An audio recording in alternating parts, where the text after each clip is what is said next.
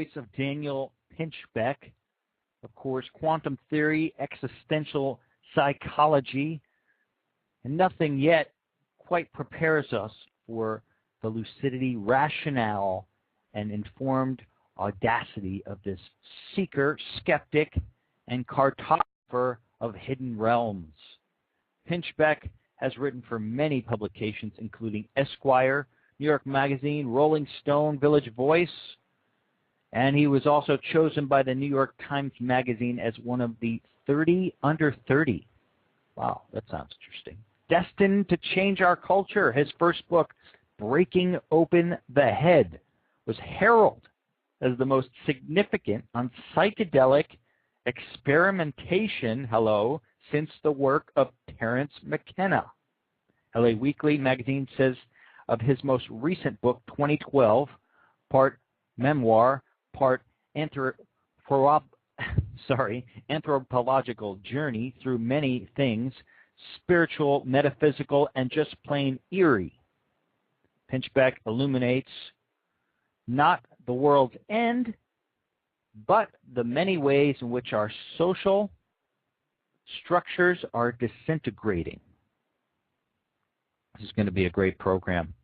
I'm trying to find here for a second here. We're going to get him on the program in just a second here. He's got a new DVD out called Beyond 2012, Evolving Perspectives on the Next Age. And he is also the co-creator of the animation project Postmodern Times, and he's the executive producer of the DVD as well. If that's not enough, he also writes for Conscious Choice Magazine, Whole Life Times, and Common Ground Magazine. Ufonaut Radio is pleased to welcome Daniel Pinchbeck. See if we've got him on the line here. Fantastic bio. What an interesting character. Hold on. Bear with me, folks. This is what happens when you use India outsourcing, I'm telling you. Should have him right here.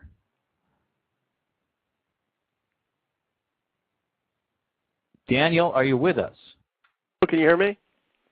We can hear you fine. How are you? I'm good. How are you doing? I'm doing great. Welcome to the program. This is your maiden voyage. And are you calling in from the Big Apple?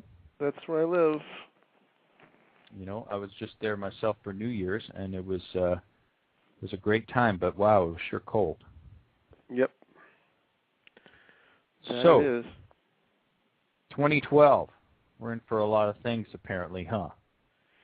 Yeah. I mean, I tend not to fixate on the date, but I mean, I think it's obvious that unusual things are happening in greater and greater amounts. I think one of the things I wanted to try to explain to this audience tonight, and hopefully you can assist, is you have these two sort of types of people. You have the New Age folks, and they tend to steer towards Mayan calendar and some of these transformation things that are going to happen to humans and consciousness, right? Then you have this other side of the 2012 opinion, which is all science-based and involves the solar stuff and the flares and some of the other apocalyptic type things that may occur, a la disasters and things. So I was hoping if you could try to help bridge the gap here, because it seems as though you know about the spectrum. But before we get into that as our sort of main thesis for the show, our purpose, I would love to tell the listeners a little bit more about this new film that you just released through. Is it released through UFO TV? Yeah, definitely. Yeah. Why don't you tell us about how you got started on the film, when you started it, and what was the purpose of the film? Yeah, I've been working with a Brazilian director, João Amorim, who's also an animator working out of Curious Pictures in New York City, and he contacted me. He'd read my book 2012 and got really inspired and fascinated. So we kind of went on a journey together, interviewing all types of people who we felt had profound insight into the current situation and what may develop in the future. So we talked to environmental designers and people with new energy technologies, scientists who do research on psychic phenomena, ayahuasca shamans, people who work with sacred plant medicine in the Amazon basin. Now, let me interrupt for a second here because we have to catch up the audience, get the audience caught up on a couple things about you. First of all, you have a background in psychedelic experimentation, correct? That is correct. Okay, so what I want to explain to people, because when you say that right off the cuff, most people I don't think understand, perhaps many do, some don't, what that really involves. It's not just sitting around rolling doobies, obviously, or taking hits of acid and listening to Hendrix records, right? So ayahuasca especially, can you explain what psychedelic experimentation is really about? Sure. I mean, this was kind of like my entry point into whatever the heck it is I'm doing now. But Okay. I had a kind of spiritual crisis when I was in my late 20s, and at that point I got really depressed and really kind of was just in the dark night of the soul kind of thing, and remembered that I'd had these experiences in college with psychedelics, with mushrooms and LSD, and decided that now that I was an adult and a journalist, and I sort of reached this kind of collapse point, that I would explore those again and write, maybe write about them. So I ended up for my first book, Breaking Open the Head, going to West Africa, to Gabon, where I went through a tribal initiation with a tribe called the Bwiti, and they use a substance called iboga, which is known in the West as ibogaine. It's a root bark of a shrub that is shaved off and powdered, and sends you on a journey that can last like 15, 20 hours, with even kind of reverberations going on for the next 2 or 3 days. Psychedelic journey.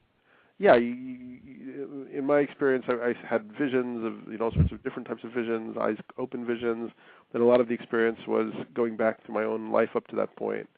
And as I wrote about in my book, it really felt as if there was some kind of guiding intelligence, leading me through seeing my story, my psychological past, and how I'd been kind of constructed as a person. Right. Iboga, or Can you explain a little bit? Can you explain a little bit about what it actually felt like? Get a little granular. I mean, weren't you afraid to take this stuff? I was afraid. I mean, as I said, I had to go, through this mega crisis, right, where I felt totally kind of like I'd kind of abandoned by my culture and disinterested in what it was offering me, because I'd grown up as a scientific materialist. I'd always had this, nagging worry about death being the end of everything. Just if consciousness is entirely brain based, then once we die, that's it. But then I began to wonder, how do we actually know that to be the case? We don't, just because scientists say it doesn't mean it's absolutely the case. I mean, scientists have been wrong about a lot of things. And then I remembered that I'd had these psychedelic experiences, and as I started reading about them and learning about other people's experiences, it seemed like one way you could kind of ontologically, prove or search for evidence that maybe there were other avenues or other dimensions of consciousness or being or something. Well, did you experience, like for instance, the one that I've heard of the most through some folks like David Icke and some personal friends, not too many because you can't exactly go down to the park here, or you can't go down to Washington Square Park and buy some ayahuasca, right? So ayahuasca in the Amazon, that was something else. Did you end up trying? Yeah, I did. I mean, I've written about that at length in both my past books, in Breaking Open the Head in 2012. That's been one of the most important, meaningful experiences of my life. And can you describe what's that like? I mean, again, when you finally tried ayahuasca, you had already had a history of trying many different hallucinogens, or just a few, or where were you at with this? Prior to ayahuasca, I'd just taken mushrooms and LSD. for the first time I did it in New York, and I wrote about it. So what is it? What's ayahuasca all about? Ayahuasca is it's two plants that are brewed together. It's the ayahuasca vine, Banisteriopsis caapi, and the leaves of a plant, Psychotria viridis, that contains dimethyltryptamine, or DMT, which is a chemical that's in our brainstem and our spinal cord, and a lot of plants produce it. DMT, if you try to eat it, normally it doesn't do anything because your enzymes in your gut recognize it. So the ayahuasca vine contains MAO inhibitors, which is also it's in a lot of antidepressants that are made by chemical companies. But ayahuasca has these natural antidepressants that also allow for the DMT to be orally activated. And if you smoke DMT, it's very, very startling, abrupt, out-of-body experience where almost universally people feel as if they've left this dimension and enter this kind of other reality of sacred geometries and beings and elves or deities or whatever. Right. Very, very extraordinary. Extraterrestrials, maybe. Yeah. I mean, we have all these terms. The terms that we have may not be really. They're kind of conceptual containers that we're trying to devise for kind of experiences that maybe exceed our categories. So, for instance, when you took the ayahuasca, is anyone allowed to go try ayahuasca? If I wanted to go try ayahuasca, could I go seek it out somewhere in the Amazon, or were you? Well, to be totally honest with you, ayahuasca is legal, in most countries in South America. It's a part of their cultural patrimony. In fact, Gilberto Gil, who was the Minister of Culture in Brazil, has had ayahuasca declared a cultural patrimony of Brazil. And not only that, I actually, among the things that I do that you didn't talk about, I run a web magazine called Reality Sandwich. Realitysandwich.com. I did mention it. Did you mention it? I did mention it before. before. Yeah, because I was on it today, and it's really cool. Yeah, well, we're actually going to begin, and we do some retreats, just kind of like with thinkers and so on down in Utah. We're going to begin to take people down to Peru to do the ayahuasca in San Pedro, which is another sacred medicine. So when has anyone died from taking it? I have never heard of anybody dying from ayahuasca. Apparently it's extremely safe. You can really, drink quite a large amount of it without hurting yourself. I have heard of people dying from iboga or ibogaine. Ibogaine. One of the interesting things about ibogaine is it's being used and studied as a experimental treatment for heroin addiction and other addictions. And in fact, during my own experience when I took it in Africa, I'd been in this kind of literary media world, and I'd been a sort of heavy drinker, and I was kind of shown in a whole part of the visions, that drinking was just this horrible thing for me, and I was shown like tape loops, almost video like little mini movies in my head of how drinking was affecting my relationships and my personality and lowering my creativity, and I actually definitely slowed down drastically on drinking after that experience. It seems with addictions that ibogaine just both has a kind of psychological aspect where it gives you these insights in your personality, but then also it almost even seems to have a biochemical aspect with heroin addiction. Like with heroin addicts, when they take it, they won't feel withdrawal symptoms, from the heroin. But really? it is a little bit dangerous. There are people. You have addicts who are not in good physical condition, and maybe their liver and heart are weakened. If they occasionally people do die from it. Obviously most people don't, but it can happen. But ayahuasca, mushrooms, peyote, I really have not heard of anybody dying from them or suffering much in the way of physical harm. Talk about how it actually affects your body when you ingest this stuff. Is it? I'm not going to talk about what I've experimented with, because to me it was, as like most of my friends, they tried stuff when they were probably in the age range of about 15 to 20. And during that time, a lot of this stuff, to be honest with you, it just made a lot of my friends very paranoid and afraid.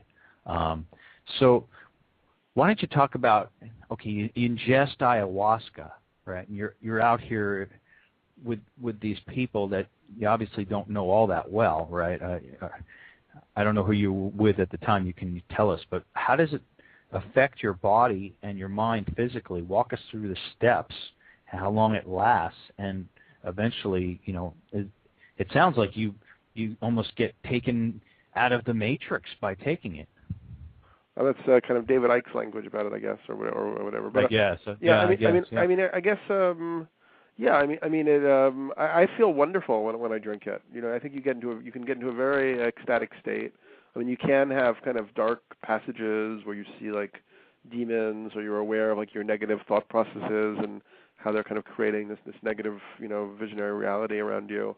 But generally, that's a stage, and then past that stage is one that's very kind of euphoric and joyful. You can have incredible visions. Often, it makes your stomach sick. A lot of times, people purge. I mean, it really is considered a medicine in the Amazon, and there are a lot of people who feel. I mean, I've collected a lot of anecdotal stories, but people who feel that it can be effective against cancer or against toxins. That it can help rid your body of a lot of nasty shit. Really? I think as well as your psyche. So yeah, I mean, I'm fairly positive about it. I mean, I've been called like an advocate of psychedelics, and I don't think that's exactly true. In that I just think that it's a personal decision. I think that it's unfortunate that we live in a culture that's prescribing these agents that have been made by chemical companies just in the last decades that have no history of human use, that hook people onto these artificial agents. And then there are these natural substances that human beings have been in some kind of symbiotic relationship with for thousands, maybe tens of thousands of years, and have no long-term harmful effects, and seem to actually have a lot of beneficial effects. And these things are suppressed and outlawed. It doesn't seem right to me. What about the critics that might extend? What do you say to a critic that this extended experimentation with drugs that you're talking about here may have actually hampered your ability to escape our physical confines? That the real path through a pure method would be something more along the lines of meditation? I mean, I can argue with critics from any point on the spectrum, and I feel like ultimately I would open up questions in their whole belief structure. I mean, right. Meditation is great, and people can have high attainments through meditation for sure. This is another path, and I think like not every path is good for every person. Some people are more drawn to these kind of shamanic experiences. Some people find that both are great for them. Like I know a lot of yogis who after they've done yoga for years, then take ayahuasca and find that they've like really created this tremendous ground in their body and their spirit to then maybe have these really transcendent experiences. I find like one thing that I always find kind of funny is that people who are into psychedelics and shamanism, are usually incredibly happy and positive about meditation, but a lot of meditators have this kind of negative attitude about shamanism and psychedelics. So for me, I don't know. Is it because they think it's a shortcut? Do they think that it's like? Yeah, I mean the whole idea of a shortcut, to me, like I mean, we only have a certain amount of time on this earth as in this life form. Sure. And shortcuts are good. If I need to get across town, I'm not going to take like the longest way. I'm going to look for the shortcut. So generally, I don't see that a shortcut is a bad thing. I think we need all the shortcuts we can get. Especially right now. Agreed. That's a great point, but. And I know we're deviating from the film for right now, but I think it's really important because we're not. We have some great segments about ayahuasca and some really, I think, good perspectives on it in the film. Okay, great. I didn't want to get too off topic, but the chat room that follows the show, we got a pretty robust one. They're really interested in some of the psychedelic experiences that you've had and how you were able to utilize it. Again, you're not this isn't back in the day, folks, where Daniel's taking this stuff and then going to a Pink Floyd light show over at the Hayden. But it's not that kind of thing. To be honest, I have to be totally, I try to be totally honest about this stuff. I have nothing against that either. I think that this idea that people shouldn't have hedonistic experiences, there should be some guilt around that. Like, I don't really believe in that either. I think we should be. I think that it's sad that we've created a culture that is so restrictive and repressive about people's experiences of consciousness, and also about their capacity to express a range of emotion. Or to utilize it for entertainment purposes. Is that what you're saying? Well, for more joy. Just to create more joy, to create more curiosity, to create more enthusiasm.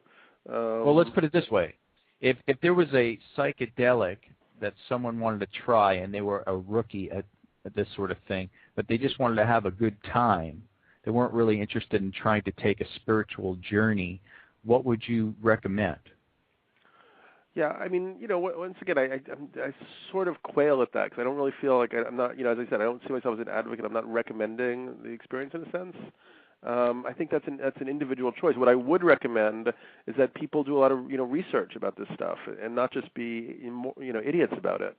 Like if somebody gives you 2CB or 2CI or whatever, some which are modern psychedelics that were created by this chemist Sasha Shulgin, don't just take the stuff, or ayahuasca. Go source it on the internet.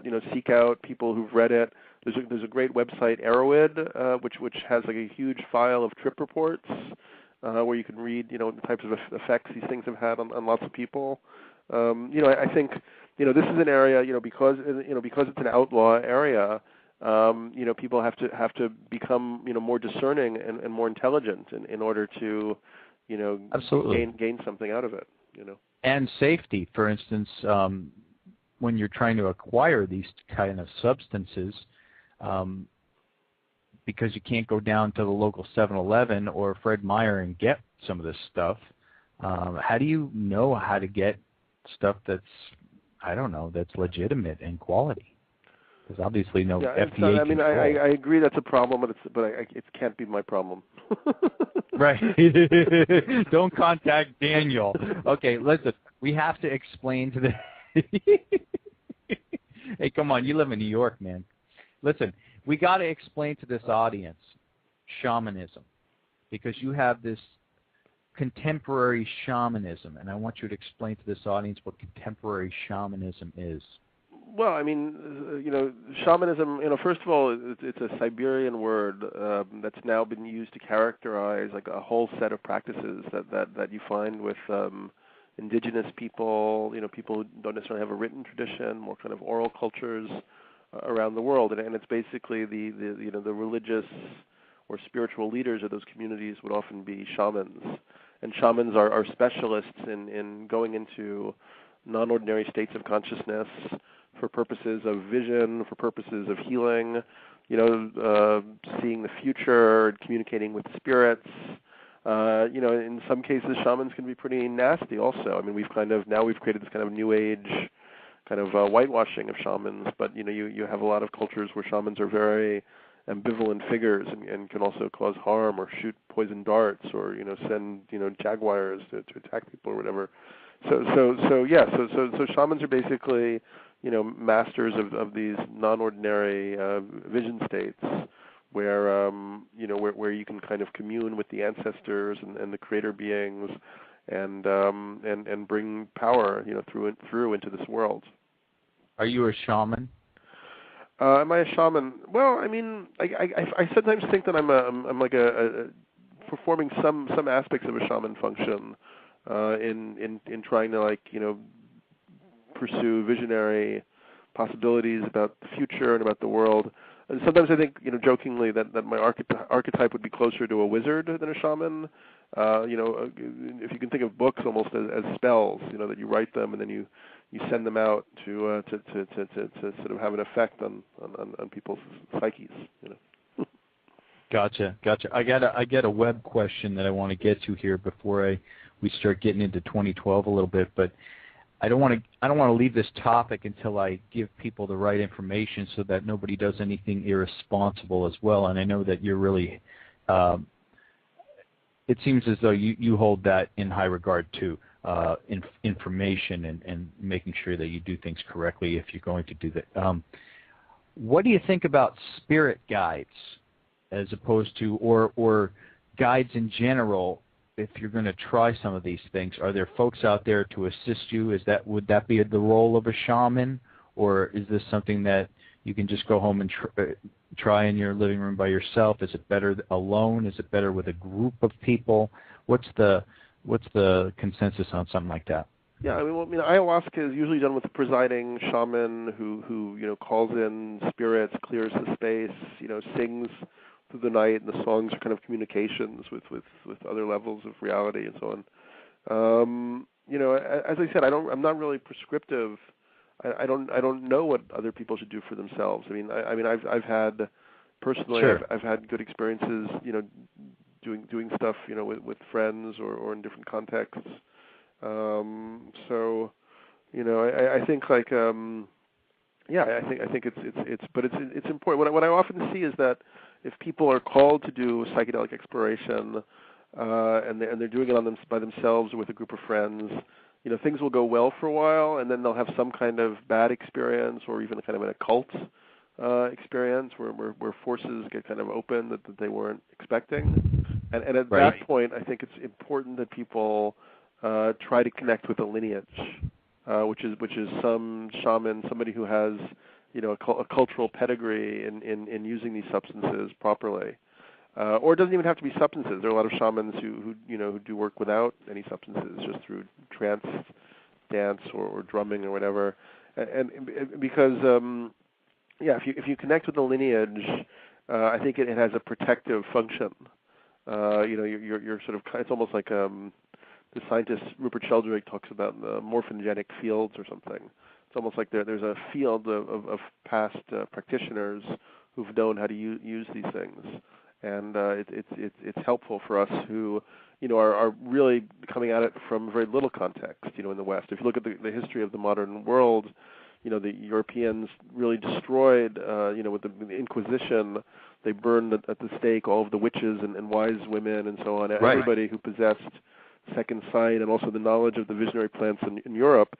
And then when we sort of went on our imperialist and colonialist rampage, we really had a kind of hatred of cultures that had still possessed this more intuitive and visionary way of exploring the world, and would hunt down the shamans or destroy the testaments of those cultures. So now we're in a position, which is, and it's a multi-generational process, I think, where we're able to recover these other knowledge systems and reintegrate them. And actually, for me, that's part of what I see as significant about quote unquote 2012 or this one of the things that's significant about this period is our consciousness is now kind of developing so that we can integrate shamanism, Eastern mysticism, our science is expanding to make these other perspectives available to us too. So I think that's a major part of the change that's happening. Sure, and you've heard about this in the past from, I don't know why, but Sting always comes up when I hear the word tantric, because I think I read somewhere once that he was a practitioner of tantric sex practices. I hope I don't get in trouble for saying that, Sting, but I think I read it somewhere. I don't know if it's true or not, but I actually had a chance to discuss it with him, and he says that those reports are a little bit overrated. Oh, you did you discuss it with Sting? Okay, that's right. You worked for Rolling Stone, didn't you? I did one article for Rolling Stone, but I became friends with Sting because he loved my first book, and he got in touch with me, and I got a chance to hang out with him a bunch. Well, that must have been pretty cool, getting a call from Sting out of nowhere. I don't know if I would actually believe it, because I have a lot of people that try to mess with me on the phone. But so you get a call, and the guy just goes, "Hey, it's Sting here. I really liked your book." It was a little more complicated than that, but I got to hang out with him. Yeah, and what was he like? He seems to be a pretty deep guy. Yeah, I mean, it's kind of off the subject of 2012 and all this other stuff, but he's fine. I like him. Yeah, no, understood. But it's still entertaining to hear about. Let me ask you this before we get into some of the specifics of 2012 and the film. What would you say, it doesn't have to be the most, but if you want to ask it that way, the most, I guess, amazing experience you've had with all the psychedelic drugs that you've tried, can you think of an experience that's occurred where it just sort of rises above all the rest? Was there a time or one experience in particular? Well, I mean, if you read my books, the first book's Breaking Up in the Head, the second book is 2012, The Return of Quetzalcoatl. I really describe a kind of series of experiences that were almost kind of like a ladder or progression that led me through this kind of so it's hard for me to isolate one. I mean, there's probably like 4 or 5 really major experiences that were very different. That includes smoking DMT for the first time, and just really recognizing that there were these other dimensions that were really as fully tangible, and as this one. It includes the first iboga experience that I described, where I kind of recapitulated my own personal history. It includes an experience with a substance called dipropyltryptamine, or DPT, that was kind of like almost like a spirit possession or visitation experience. And some of my ayahuasca journeys, especially ones that I had down in Brazil in 2003 with the Santo Daime, which is a religion that's a syncretic religion mixing indigenous and Christian elements that uses ayahuasca as its sacrament. And the kind of things that you were talking about, you were able to see into other dimensions? Yeah, I feel like I've had many experiences of that, definitely. Yeah. How did you know it was another dimension instead of just a hallucination? Well, I mean, I guess that's relative kind of what is reality kind of question. Exactly. I mean, which those types of what is reality questions are ones that the psychedelic experience opens in like a huge Pandora's box of But you felt, yeah, exactly. But you felt that you had gone, for instance, I've been watching the show Fringe for a while now, and there's actually an alternative dimension that the main character is trying to deal with because she kept being put into both of them through drug-induced states, which is really interesting. So you might want to check that show out, actually. You might enjoy it. But how did you, after the experience, feel that you were in another dimension? Like, what kind of visuals did you see that gave you that impression?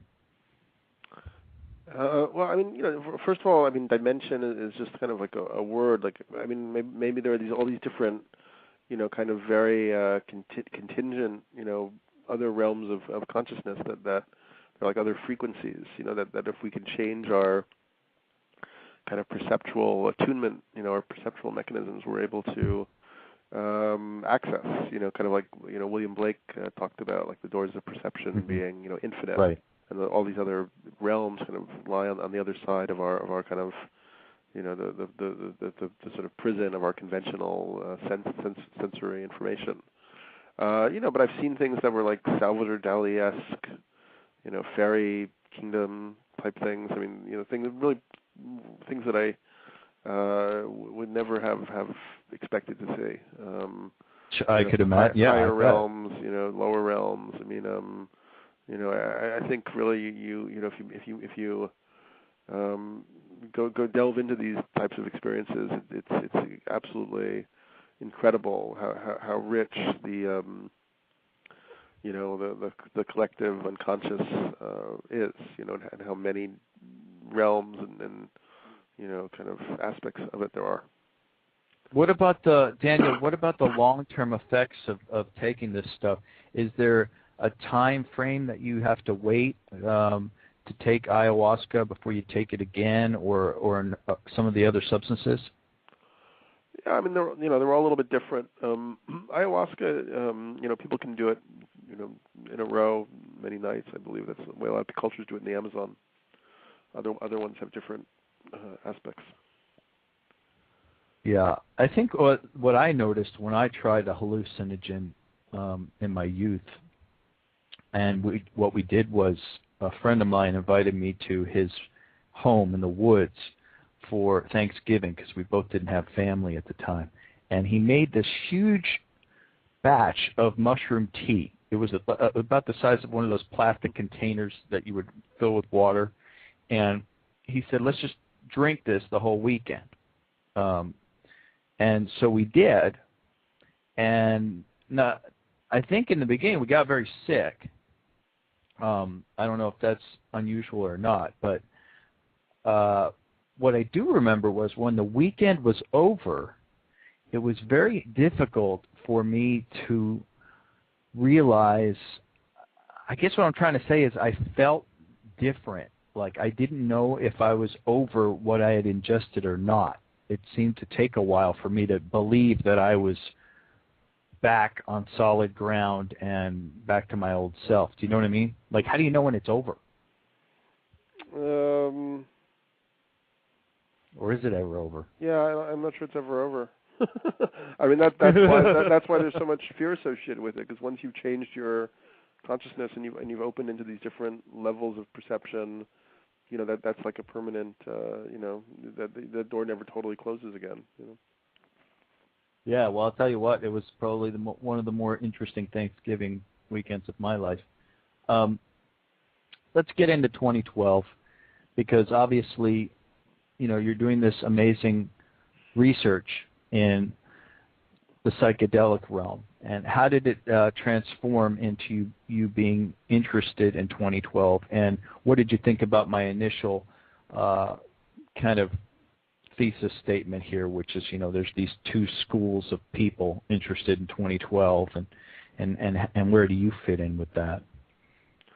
Okay, yeah. Well, I mean, it was, for me, it was kind of a logical process, you know, because when I wrote Breaking Open the Head and had all these psychedelic experiences, and you know, not only did I have experiences that, for various reasons, sort of convinced me that there was kind of a soul that existed, you know, beyond this physical body, and went on into, you know, further dimensions of you know, being and so on.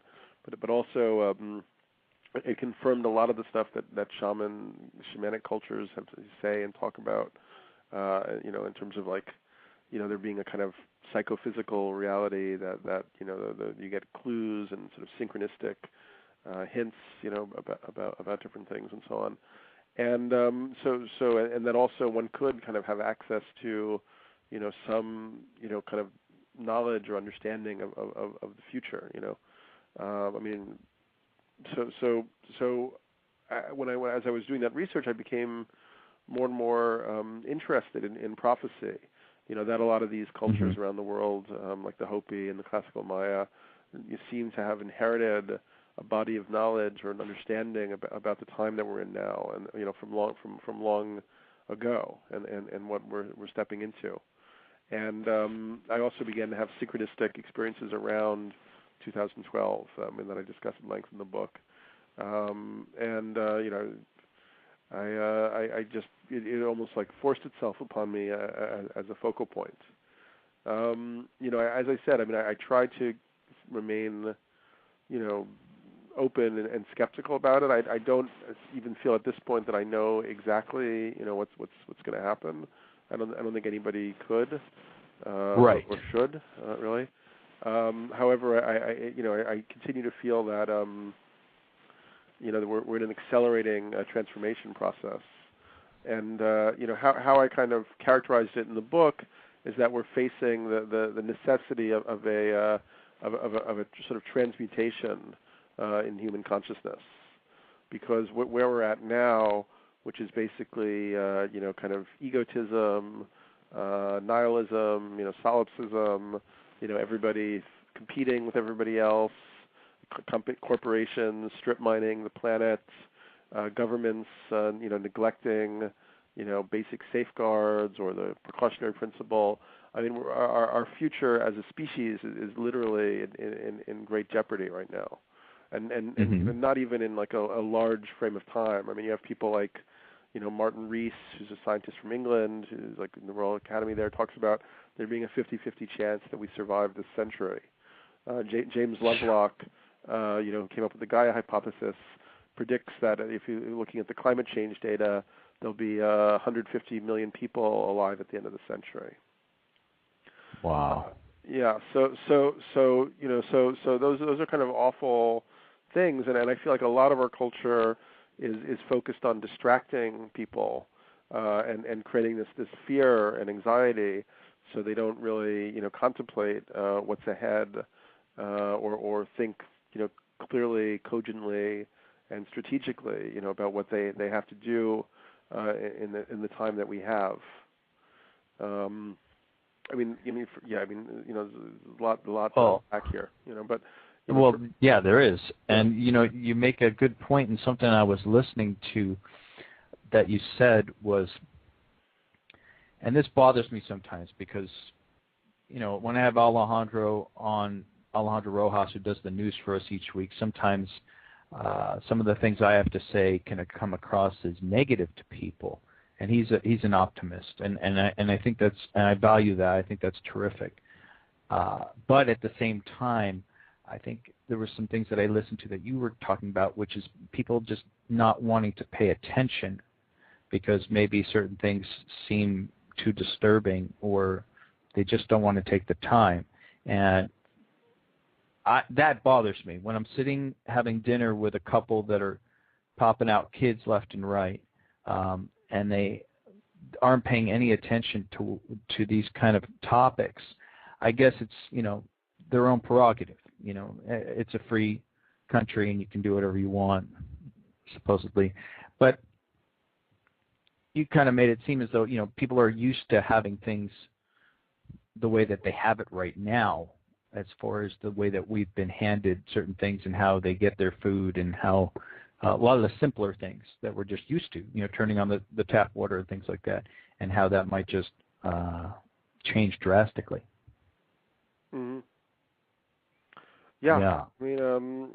As I said, I'm not, certain about any of it, but I think what we're seeing with the whole economic crash is, has to do with us having hit the resource limit on the planet.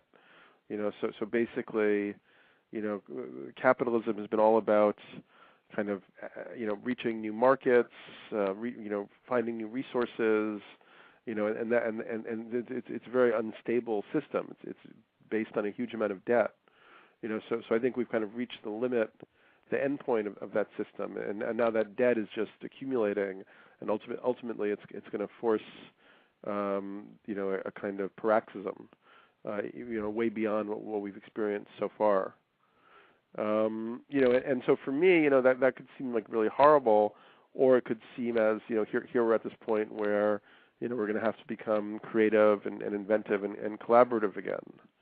And what we've tried to do in Beyond 2012, and also in another film project that Joao and I have been working on called 2012 Time for Change, is kind of look at a solution-oriented approach to the crises that we're facing. And some of that is based on the work of Buckminster Fuller, who's a design scientist. He created the geodesic dome, and he basically he wrote a number of books that were well known in the 60s. One of them called Utopia or Oblivion. He really saw that humanity was on this precipice where we could either sort of find a way to collaborate to create a world that worked better and better and more efficiently and effectively for everybody on it, or we weren't going to make it as a species. But we're not. I mean, honestly, the reality of the situation, you may agree or not, and I'll get your opinion in a second, but we're accelerating in our warfare. We're accelerating in our hatred. We're accelerating in our bias and our prejudice, right? We love to hate. We love to kill. It's the American way. We love dropping bombs. We love being at war. We love having the villain. So what are some of the suggestions on how this is going to – is 2012 supposed to impact – I always kind of say it in jest, but it almost seems as though from the New Age perspective that there's going to be this transformation of consciousness where people are going to all of a sudden be nice to each other. And I just don't know how that could actually happen. Right. Well, when you started your statement with the reality is, I mean, I guess I would first of all, ask you to like step back and question your assumptions for a second. I think there's a lot of different realities happening simultaneously, and we're in a very complex, chaotic system. I mean, you had like I try not to read the Times too much, but today there was like the head of the military talking about how it was time for like, gays to be accepted in the military. I mean, that's unprecedented. We have a black person as a president. I mean, that's unprecedented also. So despite, there certainly is a lot of hatred and all sorts of stuff, but there is also a kind of evolution of awareness taking place and a lot more acceptance of difference. You can look at history in all sorts of different ways.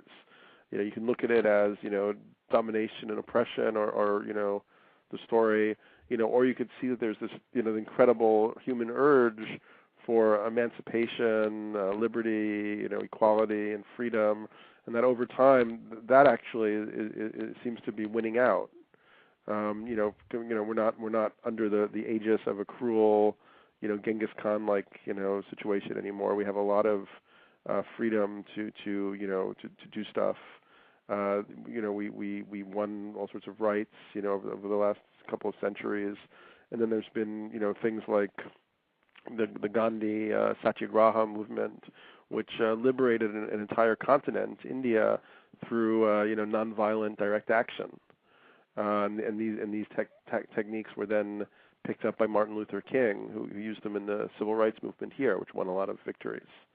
Similarly, if you look at, the people have often underestimated the positive aspects. If you look at like, the 1980s, with the Cold War still going on, we had all these analysts, think tank analysts, political analysts getting paid all this money. Mm-hmm. As far as I know, none of them predicted that, the Berlin Wall would just fall down, would be taken down by people without there being, military conflict or war, or nuclear war even.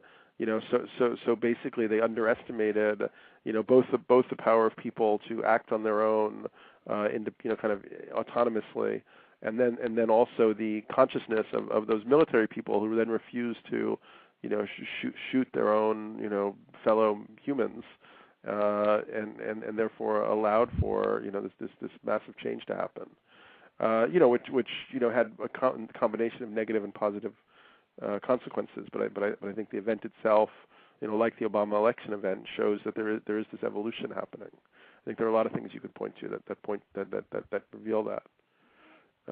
Well, I mean, that's a good point. You make a lot of good points there, and reality, of course, there are multiple realities, and you've learned about different realities that exist by experimentation, obviously. What about the folks that really love this program? We're Ufonaut Radio, okay? We delve in ufology and exopolitics, and obviously a lot of our listeners have their head in the clouds a lot. They're saucer heads, and they're heavy into extraterrestrials and the possible political relations between humanity and extraterrestrials, which is exopolitics. Have you had any experience along your adventures of talking to folks that you would consider to be from other planets, other worlds, and what is your opinion on that topic in general? Well, I mean, yeah, that's you've just opened up another, huge subject matter. I mean, first of all, I wrote about the crop circles at great length in my book 2012, The Return of Quetzalcoatl, and I ended up after studying them and spending like a few summers in England and meeting all the people involved in the field.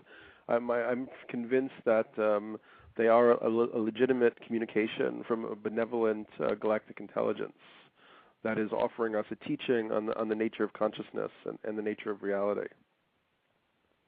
And what was the turning stone for you? Or was it just in general? Was it the mathematics involved with the circles themselves?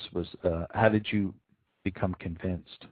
Well, yeah, it was really putting the time in to go to a lot of them, talk to a lot of people about them, and also understanding that it's like a lot of this phenomena, you can't really get closure on it, and that's part of the teaching, which is that on some level it's up to us as willing, co-creative agents to kind of determine, what our belief setting is going to be, and then that allows, different things into manifestation.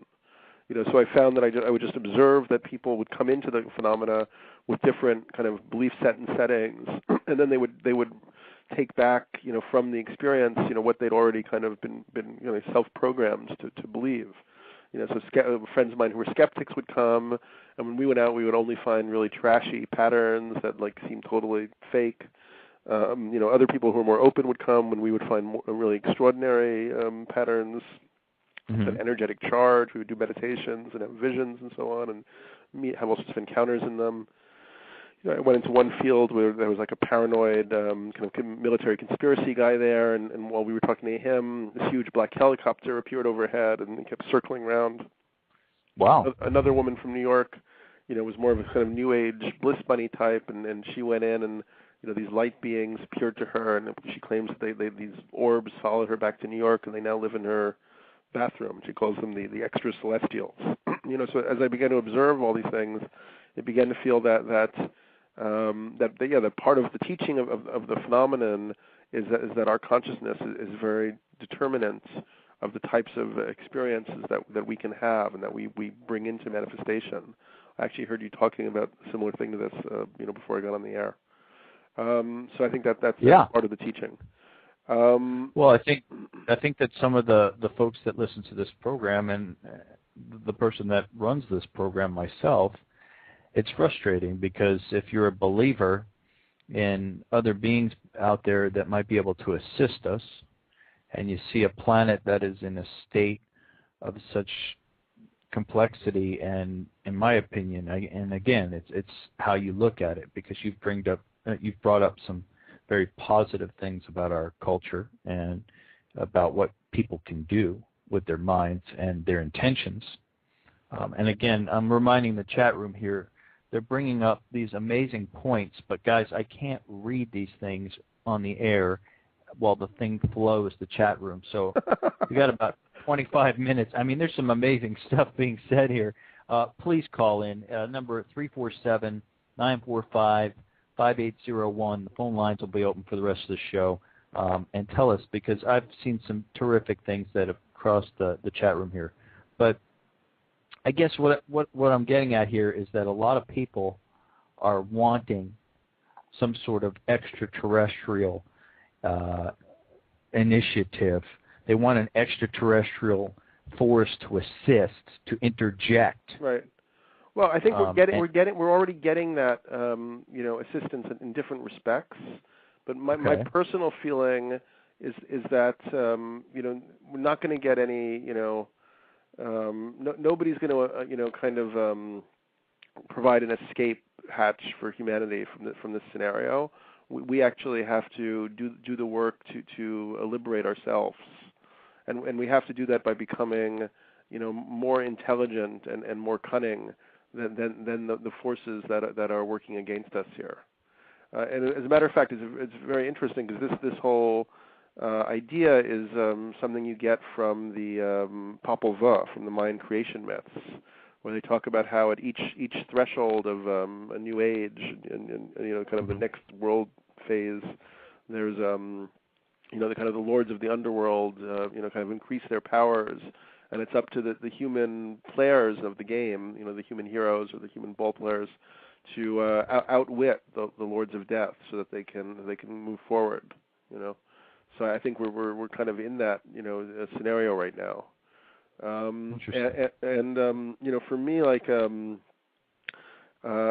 explain how I've been looking at it and the sort of tactics that I've come up with.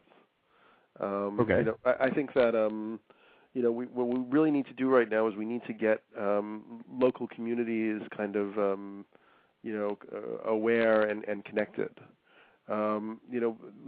There may be a desire on this kind of authoritarian military force to oppress, and that may get much worse. But that force is also going to be running out of energy and fuel and money.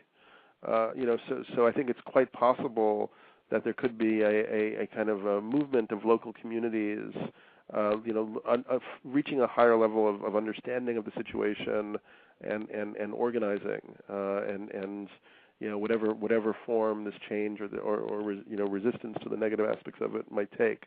We're actually trying to do that. I have a social network called Evolver, which is part of our company that also publishes Reality Sandwich. And so we've been doing regular meetings. I love that. Reality Sandwich. Yeah, we've been doing that regular meetings. We have like 30 or 40 groups across the U.S. and internationally where people come together physically around different themes, and trying to educate people around these different possibilities. And it's kind of based on this model from England called Transition Town. Have you heard of that? I haven't.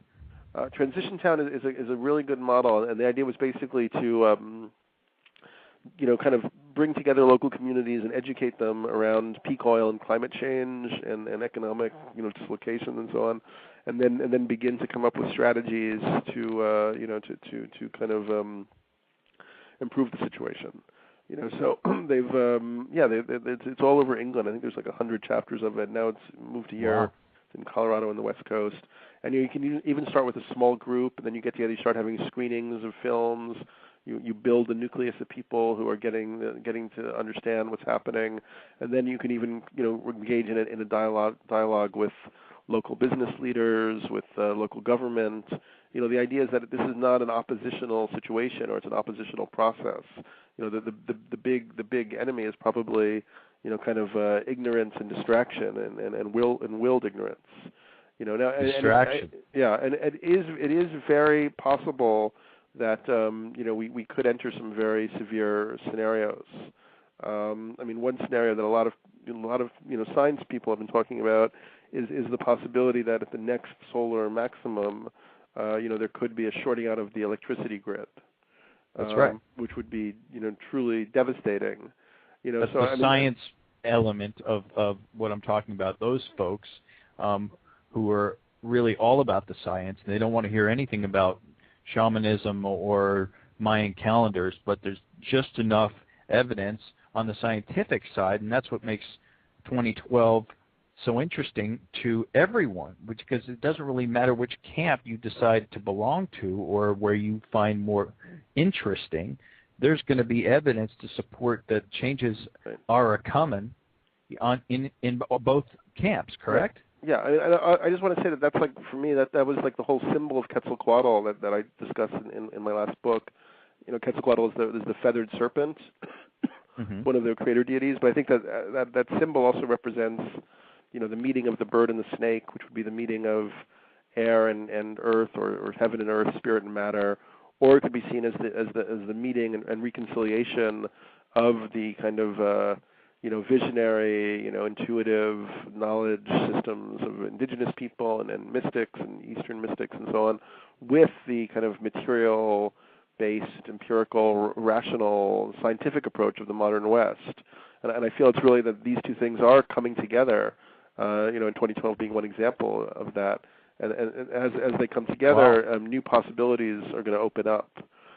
For me, like, I've had a number of psychic experiences, which have convinced me without doubt of the existence of psychic phenomena. Now, if you think about like the history of, the recent history of the West, think about the discovery of electricity in the 18th century. Before that point, for many thousands of years, people had seen lightning and so on, but there was really no idea that you could harness that coherently and make that force into something that could transform the physical world. And once we figured out how to harness lightning, in a century and a half, we changed the entire geophysical conditions of planet Earth, right? So sure. What I suggest is that it could be that psychic energy is now beginning to become available and will increasingly become available as something that is tangible and that we can make conscious use of. And as we begin to do Daniel. that, yes? No, I didn't mean to interrupt. Finish your last thought, because I got to take a couple calls for you before my callers will kill me. Okay, right. Go ahead, finish your last thought. Just very quickly, if you look at indigenous cultures like the Hopi, they do these rain dances, and there's a lot of reasons to believe that they're sometimes effective.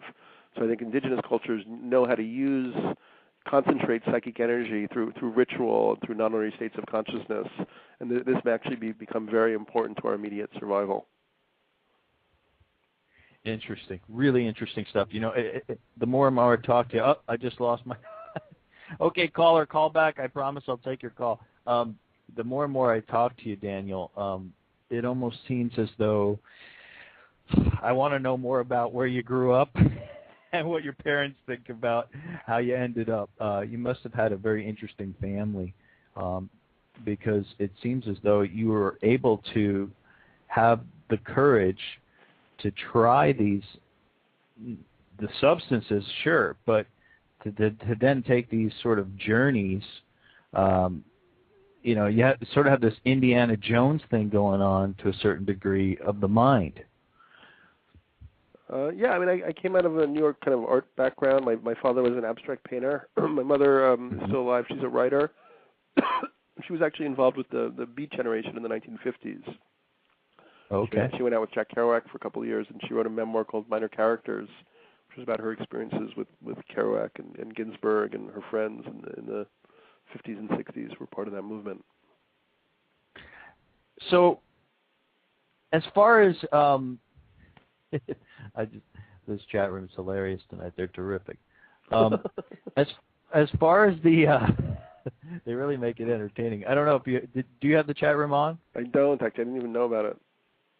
Yeah, next time if you're on, it's great having it going on at the same time, because there's so many people saying things about you and responding to everything you're talking about. But I can't follow that and have a conversation with you, because it's pretty deep stuff. So I guess let's ask this: for the people who are going to the cubicle tomorrow, and I'm an ex-Yahoo employee and ex-Fox employee that used to sit in a cubicle for 12 to 15 hours a day.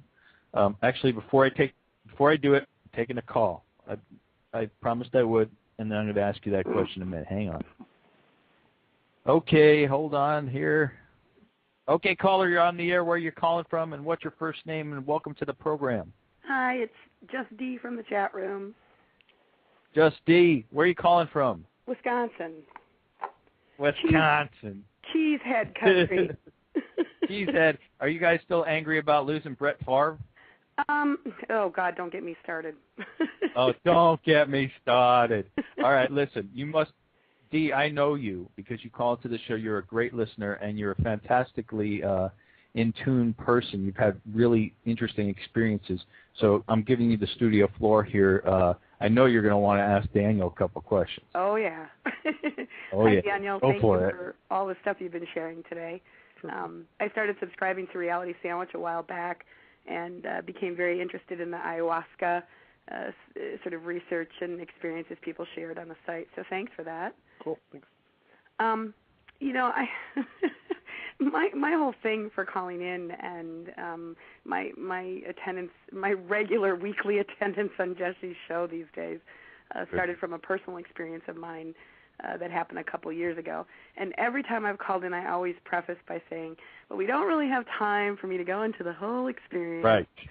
So the trees. Yeah, the tree lady. But I do want to ask you a couple of questions about it, although I know the information I'm going to pass on to you, Daniel, is probably a little bit curtailed for brevity. So, but basically, I had an experience that, and every time I describe the experience, when I do have opportunity in detail to people, everybody certainly has an answer for what they think my experience was. It never seems to quite scratch the itch for me in terms of trying to understand what happened to me either. But I came from a background real quick, and a lot of people who are regulars in the chat room are going to go, oh, no, here she goes again, but from being very skeptical, meaning I believed a lot in science. Mm-hmm. And when people, if that helps, is that enough to explain? Yeah. So yes. Basically this experience with trees, and it really was. I know that sounds so crazy. And I had this sort of amazing series of events related to contact with this particular spot in a particular park related to these particular trees. I can't prove any of it because I've tried dragging people there and having them do all kinds of crazy stuff to, I keep hoping somebody else will have the experience so I can go, see. Okay. Mm-hmm. But anyway, along with the experience, I began researching these topics that I'd never looked into before, paranormal, abnormal phenomenon, that kind of thing. And it led me to Jesse's show. And I keep resonating on the fact, I can't even explain it myself yet, but I keep resonating on the fact that it has something to do with, again, I know this is going to sound equally crazy, extraterrestrials and Native American culture, kind of a nice pot of Can you explain? I mean, people claim to have all kinds of paranormal experience. Yeah. So as I mentioned earlier, I think that we're our conceptual containers for this stuff is kind of limited right now, and it'll probably get more developed over time. I think what we're probably going to learn is that our earthly reality is a kind of our history is a subset of a larger galactic history. Just as people used to live in little tribes and they discovered that there was a whole planet and this evolutionary process that went back to this one African couple 50,000 years ago. I think we all share the same genetics as them. We may ultimately learn that there's all types of residue of extraterrestrial groups, interdimensional groups. I personally love Terence McKenna's idea that the psychedelic mushrooms, the psilocybin, might actually be a form of almost galactic intelligence or society, I don't know, civilization, I don't know how you really use the word, that distributes itself across the universe as spores on meteorites, then crash into planets and create a symbiotic relationship with a mammal that develops a central nervous system to help create language and that's pretty wild. Yeah. That's wild. Yeah, I think, but it's not. I mean, at first it's very wild, and then you put some thought into it, and you're like, why not? We really know very little yet, and I think we're just going to learn that, our history that we know of is a tiny subset of a much larger frame of galactic history. That there are a lot of forces at work that, some of them, are parasites, some of them are symbiotes, some of them are predators, many of them are benevolent, and I think it's highly likely that, to really attain, higher intelligence and a kind of, galactic level civilization, your most of those are going to be benevolent, just because their powers are going to be so awesome that, if they are still harboring negativity, they're going to be, blowing up, universes. I mean, look how fast we've developed our capacities just in 2 centuries since we discovered electricity. And as I said, I personally think we're right on the verge of this next shift into a more psychic, or what Jose Arguelles talks about as a psychotechnic frame of reference. Well, the psychic, the kind of things that you think may happen, or that you're theorizing for 2012 for the average Joe. And like you said, we're not putting a specific date attached to it, but through osmosis, meaning I'm personally hoping that we get an extension to 2017. I don't think we're ready for 2012 quite yet. I know that I'm not. Nice one. I hope that I don't have a bunch of ufology saucerhead crazies doing a bunch of mushrooms this week, because they're going to think that's the way they can talk to aliens. But, in all fun, being totally serious, one of the goals this year for Ufonaut Radio has been to look past the government telling us this and that about coming forward, disclosing the evidence that they've been hiding for years about the existence of extraterrestrials. Instead, bypassing the government and believing in yourself and exploring other means through some of the ways you're talking about, not necessarily through psychedelics, but whatever path you choose. Right. I mean, this assumption that there's a, kind of authority knowledge system that's possessing codified, secret knowledge, it may be a little bit more convoluted than that. I mean, first of all, what we may be experiencing as the other, may be very much a projection of our certain state of mind. So these people who are involved in these government, kind of secrecy programs, they're also getting amplified and magnified back at them, the contents of their own psyche and their own unconscious. I think you have to look at it in the ways that are more like that. So in a way, I think culturally, we're sort of getting, the aliens that we deserve at this point. That if enough of us shift into a different, kind of center of consciousness, those encounters will change also. I really would have liked to watch The Matrix with you, Daniel. Why when you can live The Matrix with me? You don't have to watch it. Which pill do I take? Take them all. I've been trying to ask the whole show. If you only knew the pills I have to take, my friend. Anyways, we're running low on time here, so what I want to do is give you a couple of minutes to promote some of the things. I know you're not a promoter, so I'm going to help you. Let's first tell people the website, Reality Sandwich. What's the URL for it? So the website is realitysandwich.com, and mostly the content is free. We just started a subscription service, Reality Sandwich Backstage, which is $30 per year or $350 for a lifetime membership. It's very hard, as I'm sure you're aware, with independent media to figure out how to keep your doors open right now. So we're trying different methods, including teleseminars. As I mentioned, We'll be having a retreat to Peru at the end of April, which I'm very, very excited about, as I think it really is putting our, Is that open to anybody? Well, there's going to be a selection process, depending on how many people are interested. But anybody's welcome to to contact us about it. There you go, guys. And then we have the film. Evolver.net is a social network, and we have these regional evolvers that are in I think 40, maybe 30 cities in the U.S. and some abroad. And people can go to the Evolver.net site, look up the regionals, and see if there's one in their area if they want to get involved with that. And then the Beyond 2012 is the DVD that we produced with UFO, which I think people will really enjoy. There's another website for this future film project, 2012 timeforchange.com, and then I've got these two books that I think people would still benefit from checking out if they're interested in these subjects. 2012 the Return of Quetzalcoatl and Breaking Open the Head was the first one. Breaking Open the Head. You got to love that title. Daniel, I can say honestly, this has been one of the more fun shows, but possibly in the top 5 that I've done in the past 2 years. So I really enjoyed it. I hope you liked being on the program tonight. Totally. It was a great pleasure. Thank you. Okay, and you're welcome back anytime. And folks, please go ahead and check out the film. I think it's available. In fact, I know it's available through UFOTV.com. And Daniel Pinchbeck, thank you for being on the program tonight, and have a wonderful week. And we'll talk to you hopefully someday in the future, hopefully maybe post 2012, where we can get your opinions. Yeah, we can do another one before then. But yeah, let's see what's up at that point. Let's see what's up. Okay, my friend. Yep. Thanks so much. Yep. You too. Well, there you have it, folks. Daniel, are you with us? Can you hear me?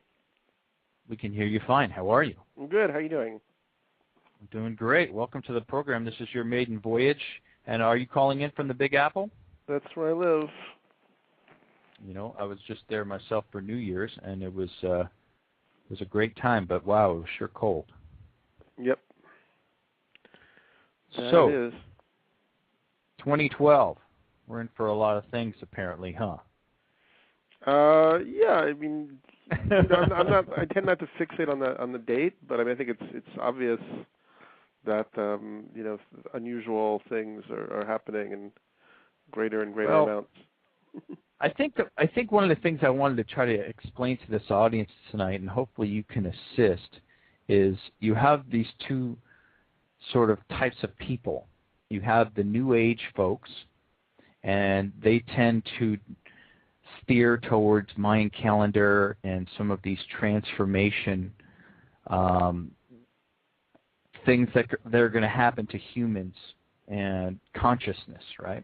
Then you have this other side of the 2012 opinion, which is all science-based and involves the solar stuff and the flares and some of the other apocalyptic type things that may occur, a la disasters and things.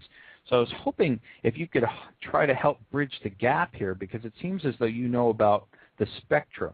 But before we get into that as our sort of main thesis for the show, our purpose, I would love to tell the listeners a little bit more about this new film that you just released through. Is it released through UFO TV? Yeah, definitely. Yeah.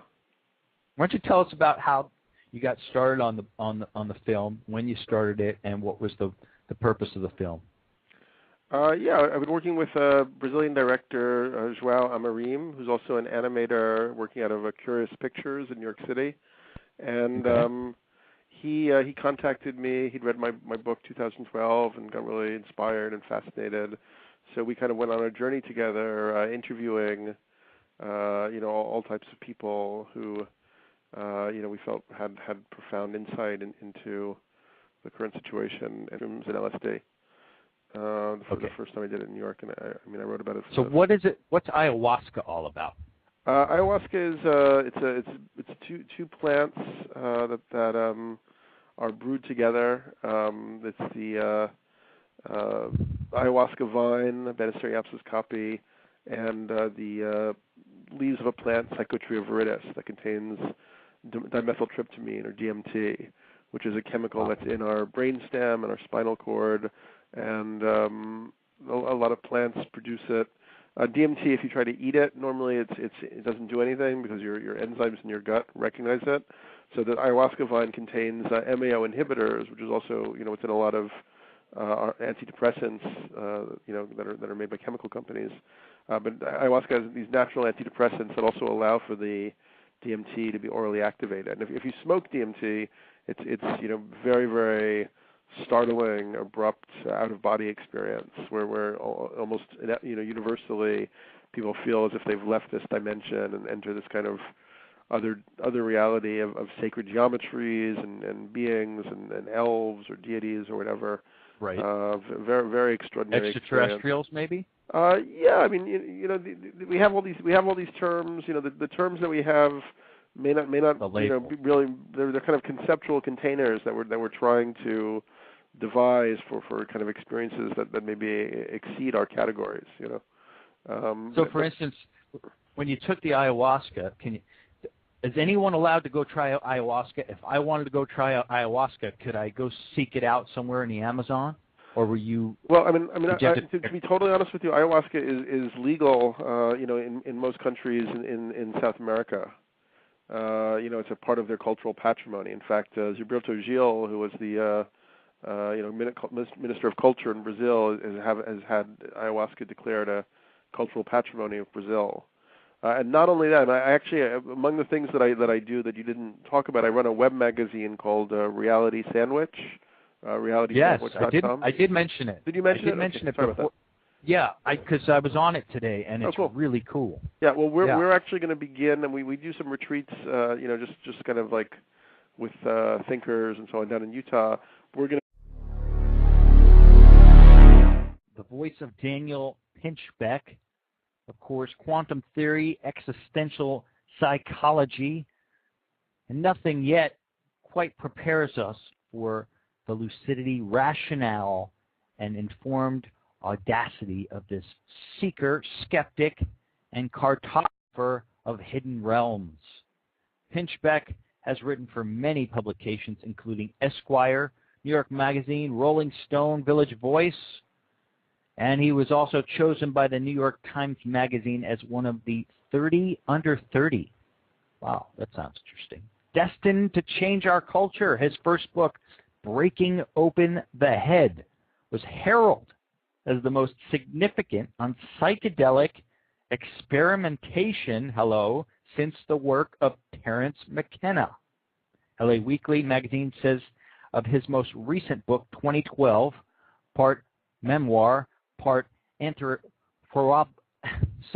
anthropological journey through many things, spiritual, metaphysical, and just plain eerie. Pinchbeck illuminates not the world's end, but the many ways in which our social structures are disintegrating. This is going to be a great program. I'm trying to find here for a second here. We're going to get him on the program in just a second here. He's got a new DVD out called Beyond 2012, Evolving Perspectives on the Next Age.